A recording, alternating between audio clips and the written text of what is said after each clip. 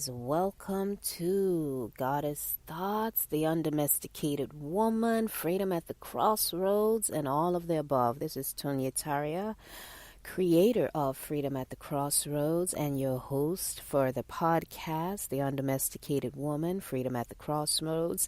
We are sticking with our theme for 2019, which is indeed the undomesticated woman. And for those who don't know, I have a background in healthcare. I've also done research on health disparities in healthcare amongst women of color. But today, we are focusing and staying in alignment with the undomesticated woman, the notion of the undomesticated woman, and self-care. I don't know about you, but I know in my own life, in my own ancestry, anecdotal stories from other women who have shared their life, who have shared their frustrations with trying to do self-care, trying to practice self-care, and the realities of that as a woman, trying to deal with that within the context of O.P.E, also known as other people's expectations. We women strive so hard, we work so hard historically. We have been silenced, we have been shut down, we have been made to feel guilty, made to feel like we don't matter, like our voices don't matter, and that our needs don't matter in the grand scheme of things. You know, a lot of times the needs of the individual have been covered up or subsumed beneath the needs of quote unquote community. And I use that as a euphemism, I guess, for the real thing, which is, you know, patriarchy and dominance, power, speaking, shaping society, and then calling it community. Now, there's nothing wrong with service. I've said this before. I believe in service. I believe that humanity is better when we serve one another. But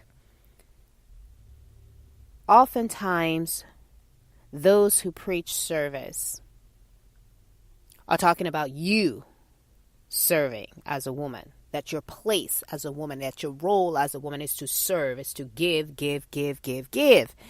And ultimately, throughout history, women have been forced to give, forced to relinquish their personal power, their essence, on the altar of service, on the altar of what society deems service, on the altar of the good woman, on the altar of superwoman, on the altar of O.P.E, other people's expectations. And ladies, it is time to break the wheel. It's time to break the cycle of silence, dominance, and patriarchy, and embrace and rise up into our power to be empowered through your self-care journey. Because it's only when you begin to love yourself, only when you begin to nourish yourself, only when you begin to refill your cup, that your eyes become awakened, your soul, your being becomes awakened to the fact that, yes, I am powerful. I have dominion over self, not dominion over other people. Dominion over self, that you have a right to your autonomy, to your personhood, to who you are as an individual, as a being worthy. Yes, you are worthy of dignity. Every human being is worthy of dignity. And for some reason, society, and especially patriarchal societies, put limits on what that looks like. They try to fit you into molds that they deem acceptable for you as a woman. They try to tell you how you should speak, when you should speak, what you should speak. And the reality of it is, every individual has a universal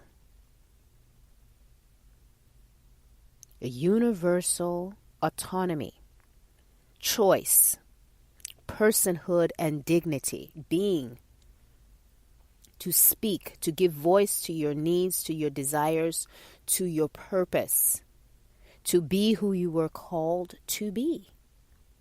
And that is independent of the strictures of society or culture or powers or power systems or dominion or however you want to call it or color it. No one has the right to your personhood, to your being, to who you are. And I think a lot of the frustrations that women are experiencing in this quote unquote self-care age is that we all talk about self-care. The health and fitness industry talks about self-care, but they try to exclude talking about the real issues that we deal with socioculturally in terms of misogyny and patriarchy and those power structures that create difficult paths for women, that entrap women, that essentially put women in bondage and in places where they become vulnerable to exploitation and abuse. Let me be raw and just, put it out there. A number of places around the world, particularly in Africa and the Middle East, and yes, here even in the U.S., female children, just, to put one example out there, girls, female genital mutilation is acceptable. And there are a number of human rights organizations now battling to rescue, female children from this practice and young women from this practice. And in the U.S., there have been stories here and there popping up about very conservative groups, religious groups, particularly in the southern portion of the U.S., where this practice, too, of female mutilation, genital mutilation, is the norm. And why? It's to suppress female sexuality, to suppress or prevent waywardness, quote unquote, in women. And it's just another way of dominating women and taking, disempowering women. And so issues like this, might seem outside of the arena of self-care, but these are things that are real, that women are dealing with on a daily basis. And for someone to trivialize self-care, which is truly self-love and empowerment and dominion over self and your health and well-being, that is what really self-care is about. Dominion over yourself, over your health, over your needs, your desires, all of that is encased in self-care. These are all elements of self-care. Self-care is not just about, getting out there and, working out and getting your heart rate up and becoming a vegan. That's not self-care. Self-care is dominion over self, autonomy, empowerment, freedom. Freedom from O.P.E. Freedom to be who you were called to be. It is a powerful thing. And it is a light-generating experience, journey, and thing. And for some, particularly the status quo and those who are seeking to disempower others anyway, that's a scary thing. Because half of the population globally is subjugated to the strictures and power of Another half of the population, particularly the male population, can you imagine the powerful things that would take place on this earth if the playing field were level? If we were all, quote unquote, allowed to express and unpack those unique and beautiful gifts we have all been put on this plane of existence by the universe. If we were all allowed, quote unquote, to express and unpack those gifts on this plane of existence, the amount of light and power that would be generated on this planet would be unimaginable. But there are some who fear that power. And so this is why it is so important that we reclaim our power, that we reclaim our space, and really give voice and begin to talk about these issues. They are real. They are necessary.